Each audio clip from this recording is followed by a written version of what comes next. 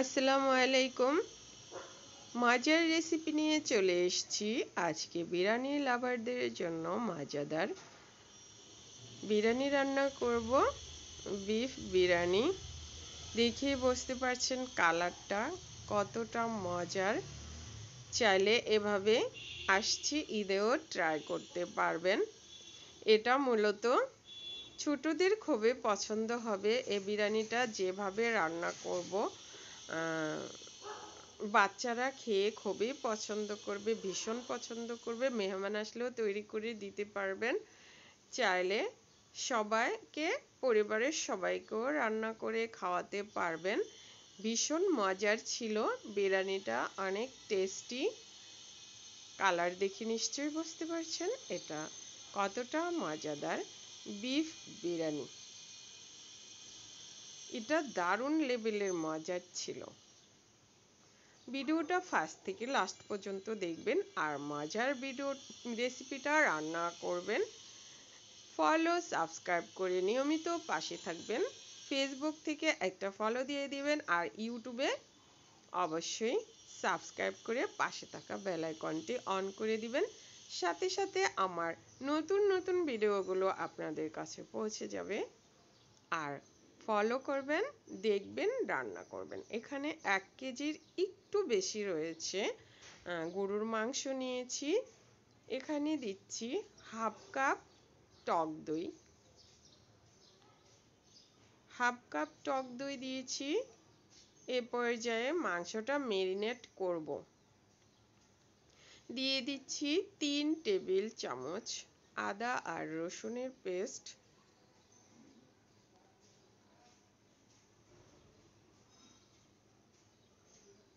আর দিয়ে দিচ্ছি লবণ 1 চা চামচ। লবণ দিয়ে দিলাম অর্থাৎ স্বাদ মতো। 1 চা চামচ জিরার গুঁড়া দিয়ে দিলাম। দিয়ে দিচ্ছি ধনিয়ার গুঁড়া 2 চা চামচ। 2 চা চামচ একদম ভর্তি করে দেইনি। এরপর মরিচের গুঁড়া 1 চা চামচ। 1 চা চামচ ভর্তি করে। আর এই যে বিরিয়ানি মশলাটা এখানে আমি 2 টেবিল চামচ দিয়ে দিলাম। 2 টেবিল চামচ বিরিয়ানির মশলা এখানে আমি অ্যাড করেছি। এরপর দিয়ে দিচ্ছি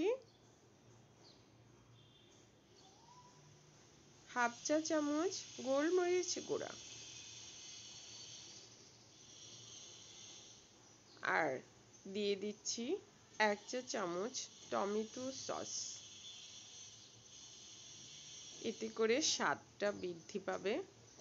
আর পেঁয়াজের বেরেস্তা দিয়ে দিলাম এখানে 1 মুঠ একদম ভর্তি করে। আর পরে সামান্য একটু দিয়েছি। আর 1 মুঠ পেঁয়াজ,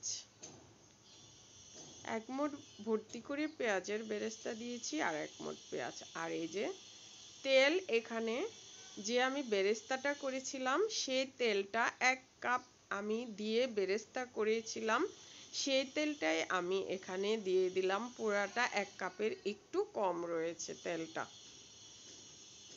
একদম 1 কাপ ভর্তি করে তেল দেইনি।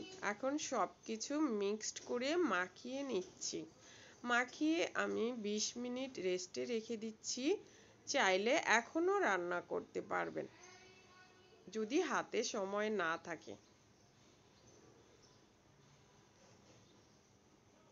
এখন আমার ওই যে স্পেশাল গরমের মশলাটা আমি এখানে 1 চামচ ব্যবহার করব।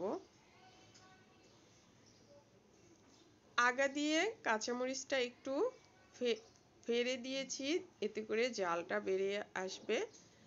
8-9টার মতো কাঁচামরিচ দিয়ে দিলাম, 8-10টার মতো ভেঙে। এখন এই যে রান্না বসিয়ে দিব। এই যে গরমের মশলা 1 চা চামচ এখন দিয়ে দিব। আর এই যে এখন কি দিলাম দেখেন, 1 চা চামচ দিয়ে দিলাম কনডেন্স মিল্ক। 1 চা চামচ, এর বেশি নয়। চাইলে কনডেন্স মিল্ক না দিলে একটু চিনি দিতে পারবেন 1/2 চা চামচ অথবা 1 চা চামচ। একটু এই বিরিয়ানিটা হালকা একটু মিষ্টি মিষ্টি লাগবে। আমি আগেই তো বলেছি যে বাচ্চারা খুবই পছন্দ করবে, বড়রাও পছন্দ করবে। ইউনিক কিছু রান্না করতে চাইলে এই বিরিয়ানিটা রান্না করবেন। আর এই যে দেখেন 1/2 চা চামচের একটু বেশি গরমের মশলা দিয়ে দিলাম। এটা আমার ভাইরাল মশলা ছিল এই গরমের মশলাটা। এখন এই যে দুধ দিয়ে দিলাম 1 কাপের একটু বেশি, অর্থাৎ 1.5 কাপ। 1.5 কাপ দুধ দিয়ে এখন রান্না করছি।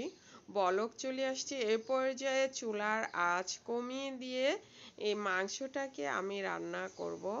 আধা ঘন্টা কষিয়ে নেব, যতক্ষণ পর্যন্ত তেল ছেড়ে না দিবে।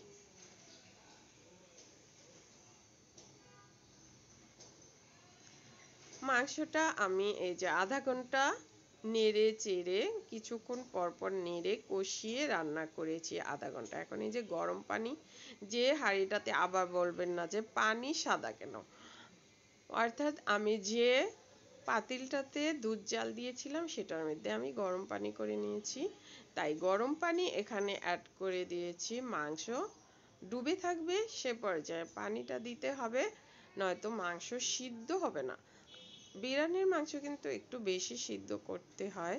তাই আমি এখন আবার 1 ঘন্টা রান্না করব। ঢেকে কিছুক্ষণ পর নেড়ে চেড়ে দিব, একদম ঘড়ি ধরে 1 ঘন্টা রান্না করব, তাহলে মাংসটা প্রপার সিদ্ধ হবে। মাংসটা রান্না দেখতে পাচ্ছেন আমার হয়ে গিয়েছে এ পর্যায়ে। কালারটা দেখছেন কতটা সুন্দর হয়েছে। বিরিয়ানির কালারটাও কিন্তু ততটাই সুন্দর আসবে। এখন আমি এই মাংসটাকে নামিয়ে এক সাইডে রেখে দিচ্ছি।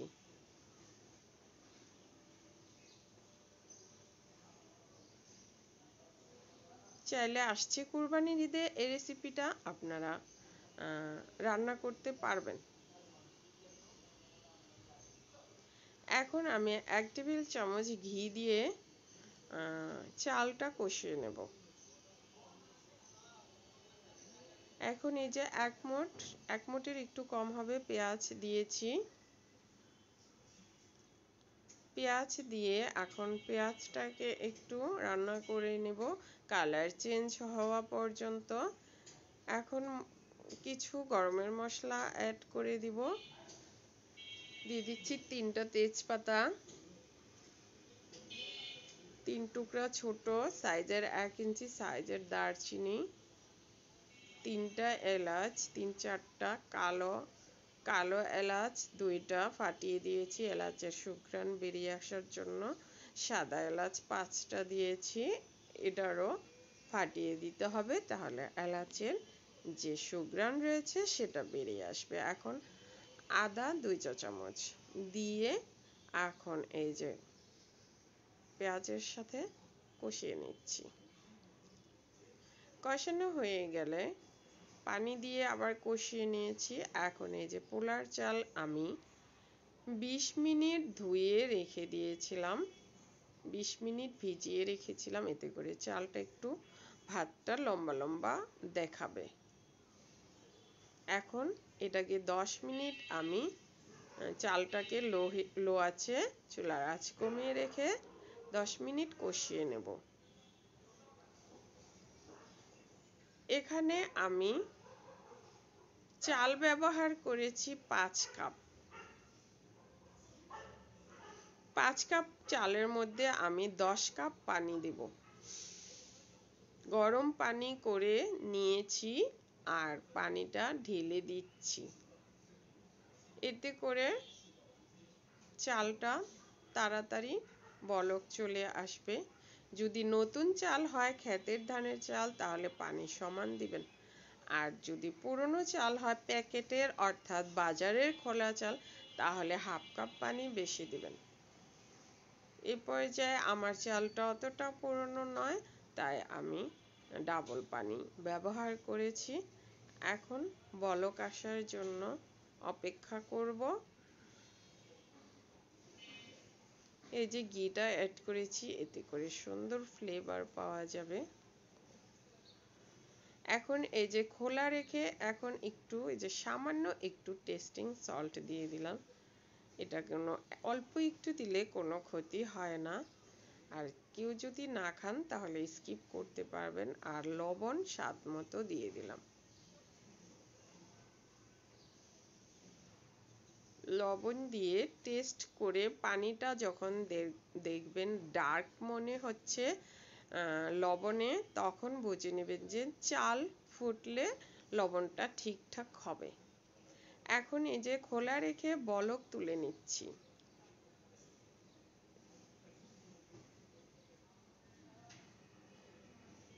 যখন বলক চলে এসছে এ পর্যায়ে এক স্লাইস লেবুর রস দিয়ে দিচ্ছি, তাহলে চালটা ঝরঝরে হবে।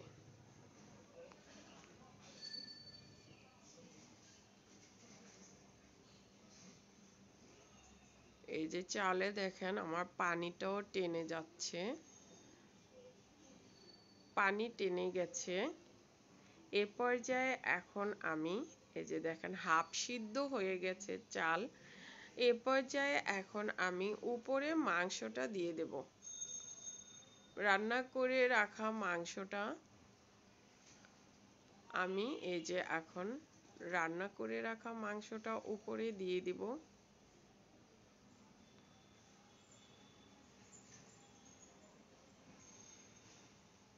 যখন দেখবেন চালটা হাফ সিদ্ধ হয়ে গেছে সে পর্যায়ে মাংসটা অ্যাড করবেন। পুরা সিদ্ধ হয়ে গেলে কিন্তু অ্যাড করবেন না, যখন দেখবেন হাফ সিদ্ধ হয়ে গেছে। এখন এই যে উপরের থেকে আবার এক মুঠ পেঁয়াজের বেরেস্তা দিয়ে দিলাম। আলুর বাখারা ৮-১০টার মতো আলুর বাখারা দিয়ে দিচ্ছি।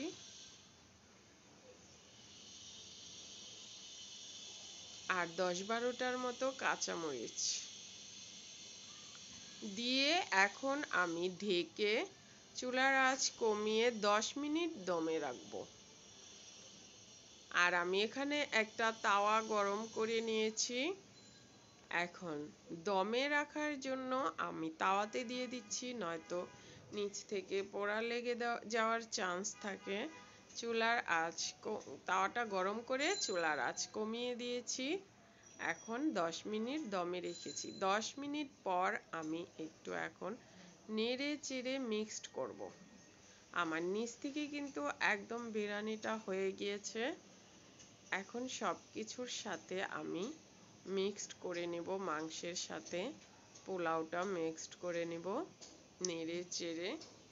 এখন এই যে দমে রেখেছি ১০ মিনিট, এই দমে রাখার কারণে কি পরিমাণ যে স্বাদ বৃদ্ধি পায় বিরিয়ানিতে আমি বলে বোঝাতে পারবো না।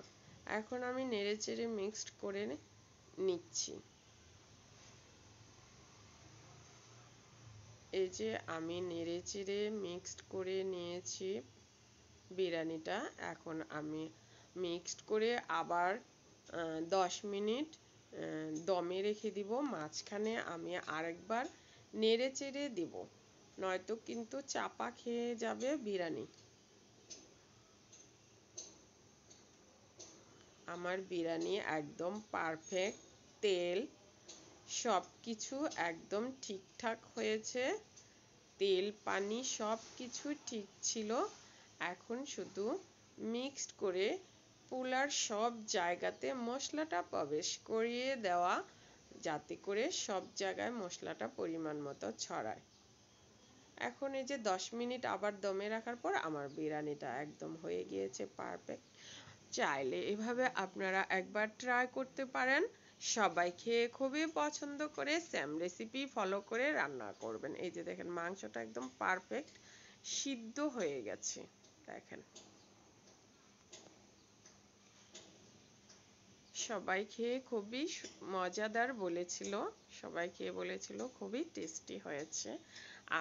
আমিও আপনাদেরকে বলছি যে আগে রান্না করে খাওয়াবেন, সবাই খেয়ে আপনার প্রশংসা করবে। সবাই ভালো থাকবেন, নিয়মিত আমার চ্যানেলের সাথেই থাকবেন আশা করছি। আর মজার মজার রেসিপিগুলো রান্না করে সবাইকে খাওয়াবেন, সবার প্রশংসা করতে বাধ্য থাকবে আপনার। আজকে বিদায় নিচ্ছি, আল্লাহ হাফেজ।